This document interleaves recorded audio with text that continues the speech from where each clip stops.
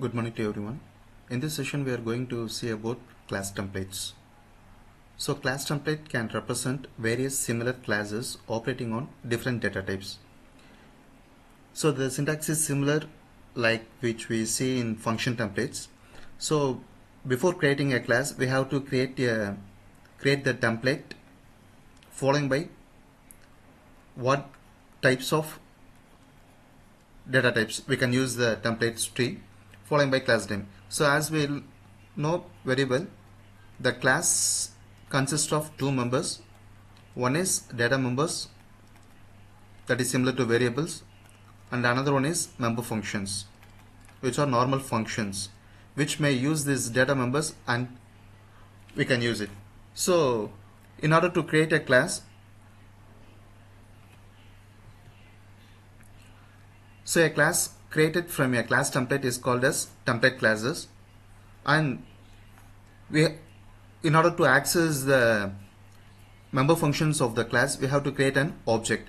So before creating an object we have to mention what type of object that the object going to get access.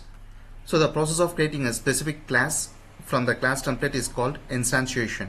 Let me see with an example program. So here I am going to create a class called box with a template of type name as T, and I am declaring a data member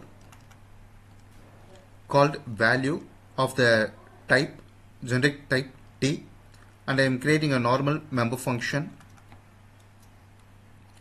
with the value, and I am assigning the data member value, and I am going to print the same value by using a show function. So here in main function I am going to create an object called int box by passing int. So here I am calling this int box dot set function with a value of 50. So here now the function executes. Here at this situation the t will be act as an integer and the value for set int box. In int box the value will be stored as 50 by assigning this value, and then next I am going to create string box, an object with the data type of string. So in string box also we may have value variable, value data member. So in this situation I am once again calling the set function. At this situation the t may be act as an string data type and the value of hello will be assigned to v, and it is assigned to value, and the value in string box is hello. Now by using int box I am going to call the function as show, where it displays the value of 50, the integer value, as well as by using string box I am going to call the value, it will display the string value as hello. So it is called class template. Also we can use more than multiple parameters of different data types using class template.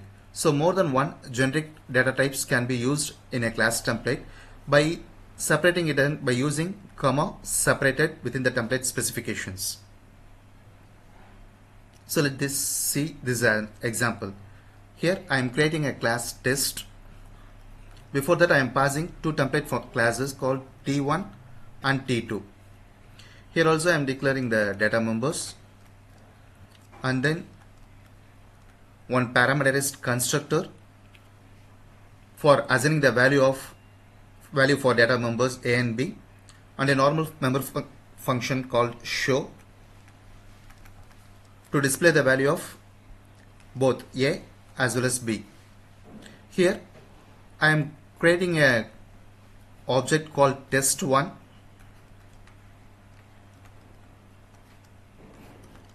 In test1 the value of a and b, here I am, while creating an object I am giving it as float as well as int. So in this scenario, the T1 may act as an float variable and T2 may act as an integer variable. So in test 1, A will be a float as well as B will be an integer. Also, we may know while consider is used and consider gets called when we create an object. So while creating an object itself, in here it will pass as 1.23 and 123.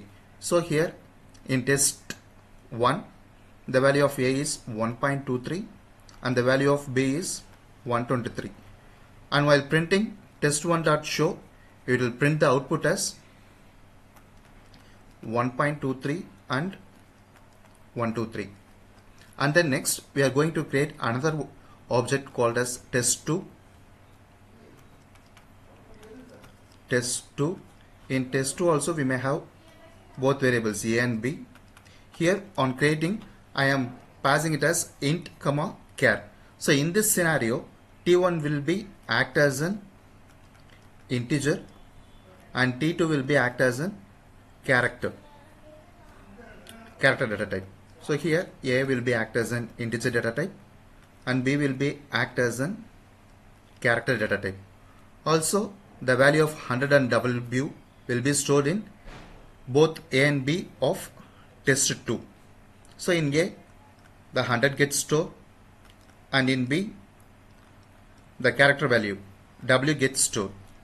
By using test2.show function, the output will be displayed as 100 and W.